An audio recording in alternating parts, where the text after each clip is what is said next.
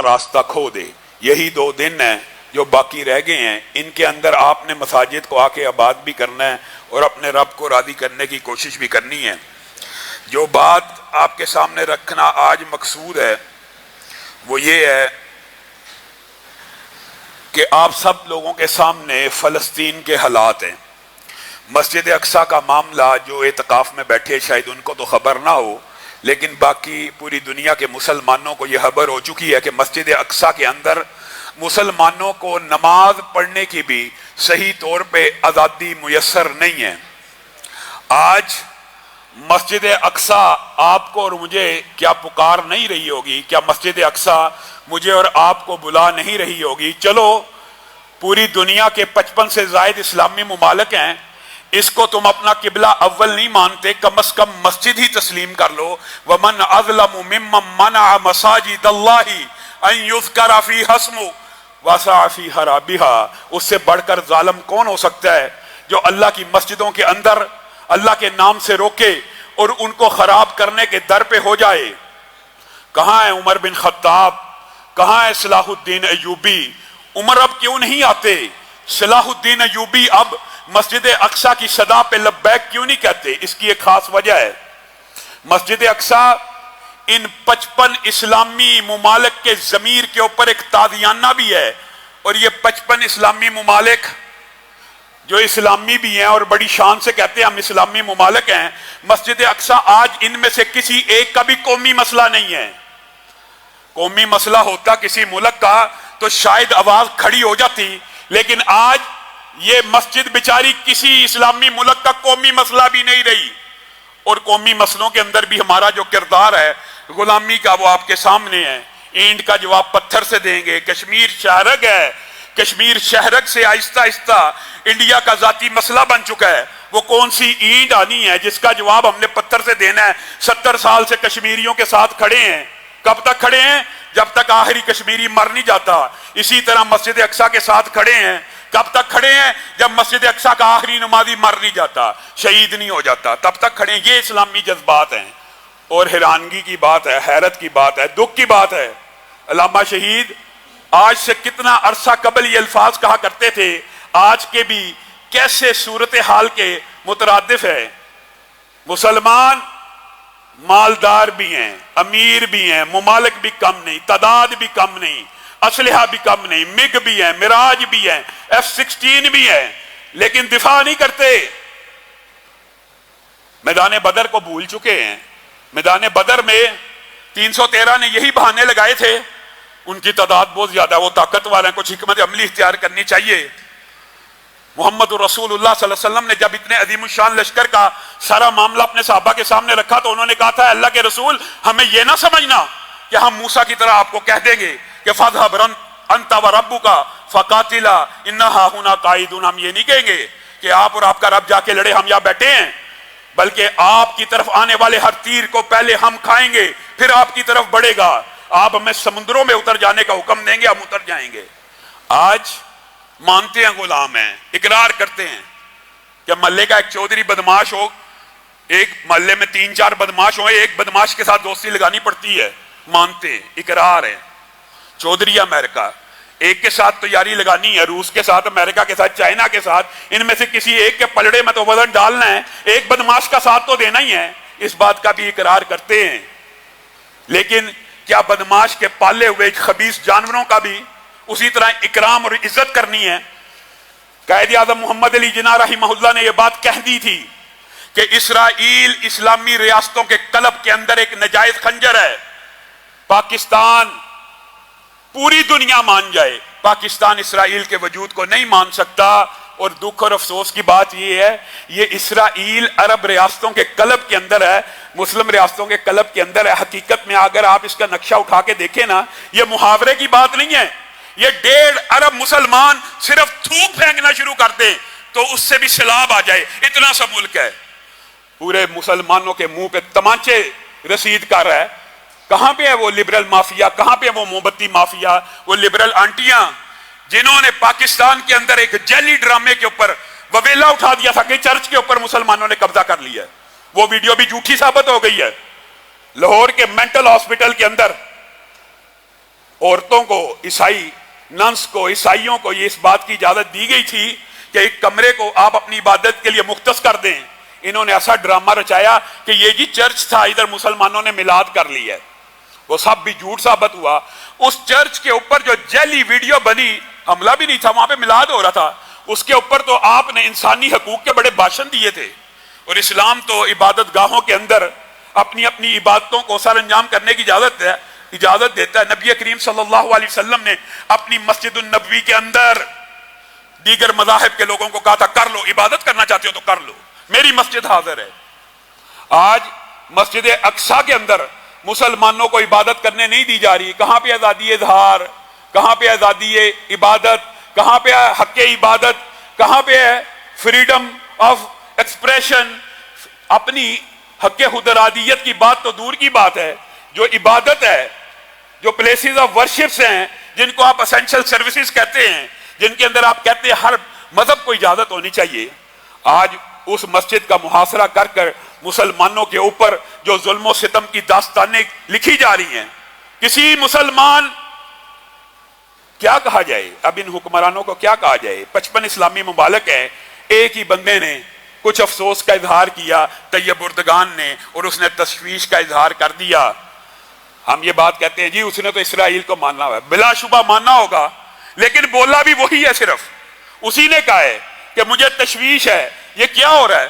اور مسلمانوں, اللہ کی قسم, تمہیں جھوٹ اور پراپوگنڈے نے تمہیں اپنے اسلاف سے, اپنی تاریخ سے اس قدر بیگانہ کر دیا ہے کہ تمہیں آج اپنی تاریخ نہیں پتا.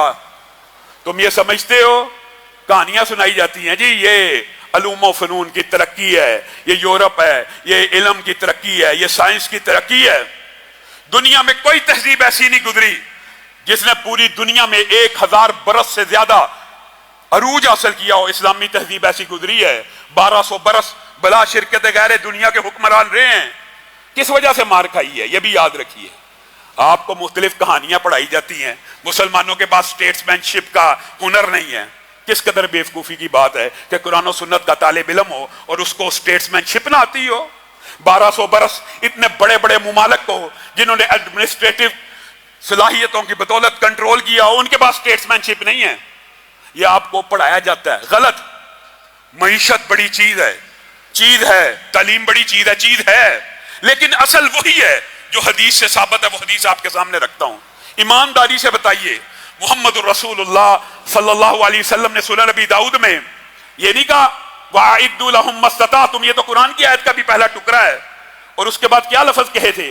الا ان القوۃ الرمی, الا ان القوۃ الرمی, الا ان القوۃ الرمی. آقا تو آپ کو, مجھے یہ پیغام دے گئے, مسلمانوں کو ابد الآباد تک, قیامت تک یہ پیغام دے کے گئے ہیں. دنیا میں سپر پاور کون ہوگی؟ دنیا میں سپر پاور وہی ہوگی جو اسلحے کی ٹیکنالوجی میں سب سے آگے ہوگی. یہ رسول اللہ کا فرمان نہیں ہے, بھول گئے ہو؟ آج بھی یہی فرمان دور حاضر کے اوپر تطبیق کر کے دیکھ لو. اللہ کی قسم جھوٹ پڑھایا جاتا ہے, تمہیں جھوٹ پڑھایا جاتا ہے. معیشت, اگر معیشت کے ساتھ کوئی قوم سپر پاور ہوتی تو دنیا کا سب سے زیادہ معاشی طور پہ مضبوط ملک جو ہے پہلے نمبر پہ, وہ دنیا کی سپر پاور ہوتا. کیوں نہیں ہے؟ تم تو کہتے ہو کہ معیشت بڑی چیز ہے, تو سب سے زیادہ مضبوط معیشت کے جو ممالک ہیں جاپان وغیرہ, وہ دنیا کی سپر پاور کیوں نہیں ہے؟ دوسرا مغالطہ مسلمانوں کو یہ ڈالا جاتا ہے, تعلیم ہونی چاہیے, معیشت ہونی چاہیے, میں انکار نہیں کر رہا, اور اللہ کے فضل و کرم سے دینی طلبہ کو اسٹیٹس مین شپ کا ایک ایک آرٹ اور ایک ایک ہنر آتا ہے.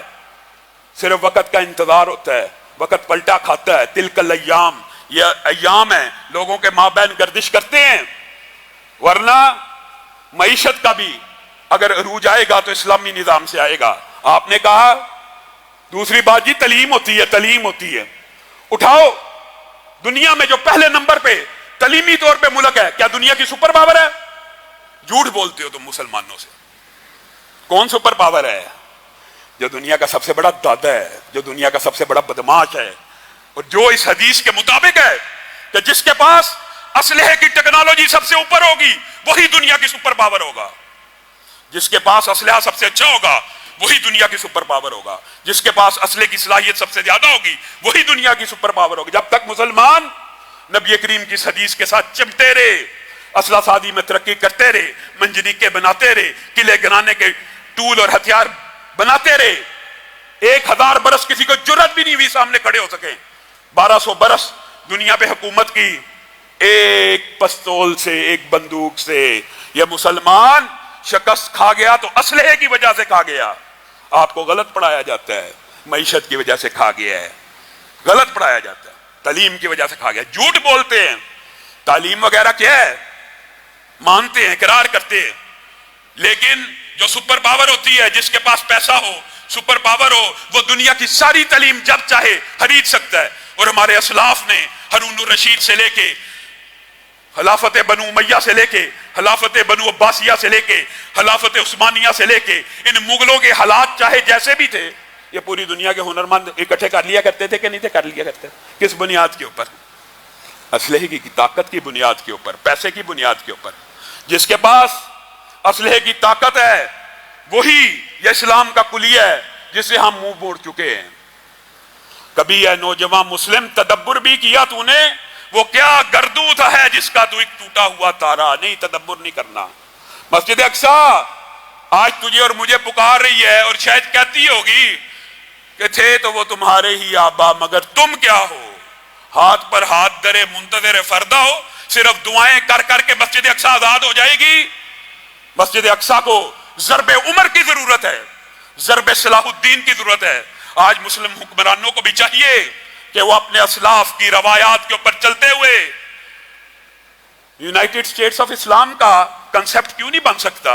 ہر ملک اپنے دائرہ اختیار، دائرہ کار میں رہتے ہوئے ایسی آرگنائزیشنز کیوں نہیں بنا سکتا کہ ایک اسلامی ملک پہ حملہ پورے اسلامی ممالک پہ سمجھا جائے گا؟ کون سی چیز مانے ہیں؟ کس چیز کی رکاوٹ ہے؟ مانتے ہیں غلام ہیں، لیکن کیا ساری زندگی غلام ہی رہنا ہے؟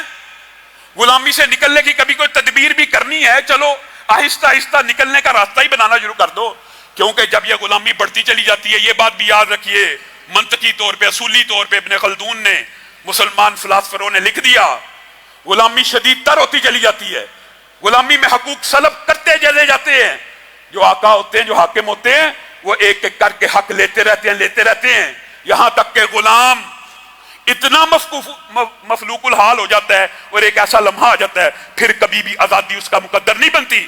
ہاں، اگر غلام ابتدائی میں اپنے ہر حق کے چھن جانے پہ کچھ ایجیٹیشن کرے، کچھ احتجاج کرے، کچھ حق واپس لینے کی کوشش کرے تو اس کو وہ حق مل جاتا ہے۔ آج احتجاج بھی نہیں کیا جا سکتا، آج مسجد اقصیٰ کے اوپر احتجاج کرنا بھی مشکل ہے۔ جو احتجاج کرے گا، اسرائیل کا نام لکھو فیس بک کے اوپر، اکاؤنٹ بلاک، مسجد اقصیٰ کی ویڈیو چڑھاؤ، اکاؤنٹ بلاک۔ آج مسلمان اس قدر پستی اور زوال کا شکار ہو چکے ہیں، ہمارے پاس اپنی اپلیکیشنز ہی نہیں ہیں، ہمارے پاس اپنے ٹولز ہی نہیں ہیں۔ یہ تعلیم کا بھی فائدہ ہے، اس کا انکار نہیں کر رہا، لیکن اللہ کی قسم غور و فکر کر لو، آج پاکستان بھی اس کرۂ ارض کے اوپر، اس خطرناک خطے میں اگر محفوظ ہے تو اللہ کی قسم کھا کے کہتا ہوں اس ایٹم بم کی وجہ سے محفوظ ہے، کہ چلو شکر ہے اس خطے کے حکمرانوں نے یہ سوچ لیا اور نبی کی اس حدیث کے اوپر عمل کر لیا کہ واقعی قوت کا دار و مدار اسلحے پر ہوگا، شکر ہے وہ حاصل کر لیا۔ لیکن تمام اسلامی ممالک کو اس کی طرف آنا پڑے گا۔ آپ سارے اسلامی ممالک اس بات کے اوپر جمع ہو جائیں کہ کسی اسلامی ملک کے اوپر حملہ ہمارے اوپر حملہ سمجھا جائے گا تو پھر اللہ تعالیٰ کی بھی بشارتیں ہیں، وہ 313 اکیلے کو نہیں ہے، کم من فیۃ قلیلۃ غلبت فیۃ کثیرۃ باذن اللہ، کتنے ہی کم تعداد کے لشکر کتنے ہی بڑے تعداد کے لشکروں پہ غالب آئے ہیں، کس بنیاد کے اوپر؟ اسلحے اور ایمانی قوت کی بنیاد کے اوپر۔ اور اگر 313 کا آپ نقشہ دیکھیں تو ان کے پاس اسلحہ بھی نہیں تھا۔ کافر ہے تو شمشیر پہ کرتا ہے بھروسہ، مومن ہے تو بے تیغ بھی لڑتا ہے سپاہی۔ کہاں ہے وہ مومنانہ اوصاف؟ وہ اوصاف ہم نے کھو دیے ہیں، پھر اب ہم ماتم کریں، وویلا کریں۔ ہم تو آج اتنی ذبوحالی کا شکار ہیں کہ قومی مسئلہ کشمیر اس کو بھی فراموش کر چکے، اور مسجد اقصیٰ تو اب کسی کا قومی مسئلہ ہی نہیں رہا۔ وہ مسجد اقصیٰ کہ سبحان الذی اسریٰ بعبدہ لیلا من المسجد الحرام الی المسجد الاقصیٰ، اس کی قدر و قیمت بھول گئے ہو؟ نبی کریم کو یہاں پہ لے کے جایا گیا، جبریل امین ہمراہ ہیں، نبی کریم نے دیکھا بڑے خوبصورت چہرے ہیں، کہا کون لوگ آئے ہیں؟ کہا آدم سے لے کے عیسیٰ تک جتنے پیغمبر اور رسول اٹھا لیے گئے تھے، آج اتارے گئے ہیں معجزے کے طور پہ. کیا کرنے کے لیے اتارے گئے ہیں؟ نماز کو ادا کرنے کے لیے اتارے گئے ہیں. یہ نماز کو ادا کیوں نہیں کر رہے؟ یہ نماز کو ادا کیوں نہیں کر رہے جبریل امین؟ جبریل امین نے کہا ان کو اپنے امام کا انتظار ہے. ان کا امام کون ہے؟ جبریل امین نے نبی کریم کے کاندھا اقدس کے اوپر ہاتھ رکھا اور 1,24,000 کم و بیش انبیاء کے مسلح امامت پہ کھڑا کر دیا. یہاں پہ تیرے نبی نے اتنے نبیوں کو امامت کرائی. آج پارلیمنٹ کے اندر بھی پوری دنیا کے اندر بھی یہ واضح ہے کہ یہ مسلمانوں کا اس پہ حق نہیں ہے, مسلمانوں کا اس کے اوپر حق ہی نہیں ہے. او خدا کا واسطہ, یہ لبرل مافیا کی آنٹیاں آج سوئی ہوئی ہیں. ان کو انسانی حقوق اب یاد نہیں آ رہے کہ کسی مسلمان کو اس کی مسجد کے اندر عبادت نہیں کرنے دی جا رہی. کیوں یہ ویلا نہیں مچا رہی؟ کیوں نہیں آواز اٹھا رہی؟ کیونکہ سارے چینلز وہی ہیں, سارے پیسوں کی آمد رفت وہیں سے ہے. جو امریکہ کا پالا ہوا ہے کتا ہے, اس کی بھی ہمیں نوکری پہ مجبور کیا جا رہا ہے. امریکہ تو چلو چودھری ہے, جب تک قوت طاقت نہیں آنی اس کے ساتھ ہیلو ہائی رکھنا مجبوری ہوگی. سمجھ آ گئی ہمیں بھی بات کہ ایک چودھری کے ساتھ یس رکھنی ہے, لیکن کیا اس کے پالے ہوئے کتوں کے آگے بھی لیٹ جانا ہے؟ اسرائیل کو کوئی باضمیر بندہ کس اصول کی بنیاد کے اوپر تسلیم کرے؟ کیسے تسلیم کرے؟ اللہ رب العزت سے آپ سب لوگ پھر بات وہی آ جاتی ہے, ہم دعائیں کر سکتے ہیں اور کیا کریں؟ جہاد کرنے کا نام لیں تو پکڑ کے جیلوں میں ڈال دیا جائے گا. کوئی جہاد کی بات کر سکتا ہے؟ آج فرانس نے نبی کریم کی توہین کی ہے. فرانس کے خلاف جہاد کا فتویٰ دینے والا کوئی عالم دنیا میں موجود ہے؟ اسرائیل ڈنڈے کے زور کے اوپر, طاقت کے زور کے اوپر آج مسجد اقصی پہ حملہ آور ہے. حکمران دورے کر رہے ہیں, ایک دوسرے کی خاطر مدارت کر رہے ہیں, ایک دوسرے کی آؤ بھگت کر رہے ہیں. 55 اسلامی ممالک کے ضمیر سو گئے ہیں. یہ جو 1.5 ارب ہیں, وہ تو ظالم نے کہا تھا نا, یہ جو 10 کروڑ ہیں جہل کا نچوڑ ہیں, ان کی فکر سو گئی. آج 1.5 ارب مسلمانوں کی فکر سو گئی ہے. آؤ اپنے اسلاف کی روایات کی طرف پلٹو. تمہیں تاریخ بھی غلط پڑھائی گئی, تمہارے ساتھ پراپوگنڈا کیا گیا, تمہیں یہ سمجھایا گیا یہ 1,000 برس پرانی یونیورسٹیاں تھیں, ان کی وجہ سے شاید یہ مسلمانوں پہ غالب آ گئے. نہیں, تمہیں غلط سمجھایا گیا. آج بھی سپر پاور معاشی طور پہ سب سے مضبوط ملک نہیں ہے, تعلیمی طور پہ نمبر 1 ملک سپر پاور نہیں ہے.